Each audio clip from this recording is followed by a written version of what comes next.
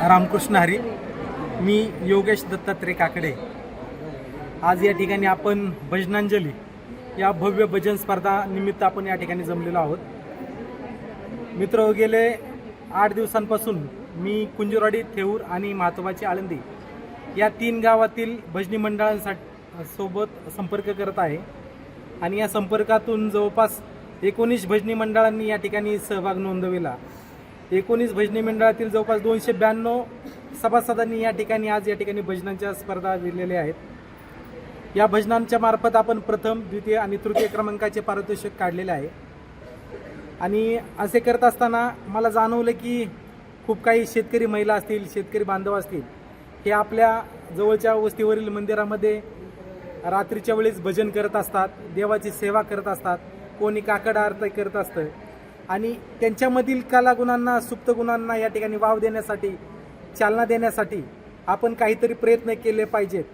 या उद्देशाने मी व आमचे मार्गदर्शक आदरणीय प्रकाशजी सावंत, आमचे गुरुवर्य आदरणीय बाबासाहेबजी काकडे, महाराष्ट्र राज्य सरपंच परिषदेचे अध्यक्ष आमचे चुलते नवनाथ आबा काकडे, त्याचबरोबर पंचायत समिती हवेलीच्या माजी सभापती चंद्रभागाताई काकडे यांच्या कृपाशीर्वादाने व माझ्या संकल्पनेतून मी या ठिकाणी भव्य भजनी मंडळ स्पर्धा या स्पर्धेचं आयोजन केलेलं होतं. भजनी मंडळ म्हणलं की प्रत्येक कुटुंबातील जिव्हाळ्याचा विषय. कारण आपण पाहतो आपल्याला वारकरी संप्रदायाची परंपरा लाभलेली आहे आणि आपण सर्वजण या विठ्ठल रुक्मिणीच्या आपण विचारांचे पायिक आहोत. आपण या ठिकाणी सर्व वैष्णवांनी या ठिकाणी सक्रिय सहभाग नोंदवून या ठिकाणी हे जे वातावरण आहे कार्यालयातील, हे खूप या ठिकाणी भव्य आणि दिव्य करून आणि भक्ती रसाने आनंदमय झालेला आहे.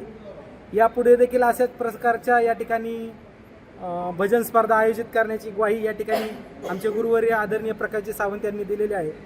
माझी एक विनंती राहील की आपण जसं आता हे 3 जे विजेते निघालेले आहेत आणि त्या गणातून जे 3 विजेते निघतील, या 6मध्ये पुन्हा एकदा अंतिम फेरी घेऊन जिल्हा परिषद गटाची या ठिकाणी पुनश्च एकदा स्पर्धा घेऊन त्यांना देखील सन्मानित करावं.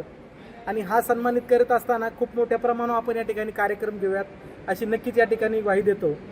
आणि या हेतूने मी आज तरुणांना, जे वारकरी बांधायच्या विचारांशी जे पाईक आहेत, त्यांना एक संदेश देऊ इच्छितो की मी आज कमी वयात आपण या ठिकाणी वारकरी संप्रदायाची पताका घेऊन मी आपल्या प्रचारासाठी निघालेलो आहे. तरुण सहकारी मित्रांनी देखील कुठली हुल्लडबाजी न करता आध्यात्मिक विचारांचा वसा व वारसा जपून आपण या ठिकाणी माझ्यासोबत सर्वांनी पुढे यावं, एवढीच या ठिकाणी विनंती करतो. रामकृष्ण हरी.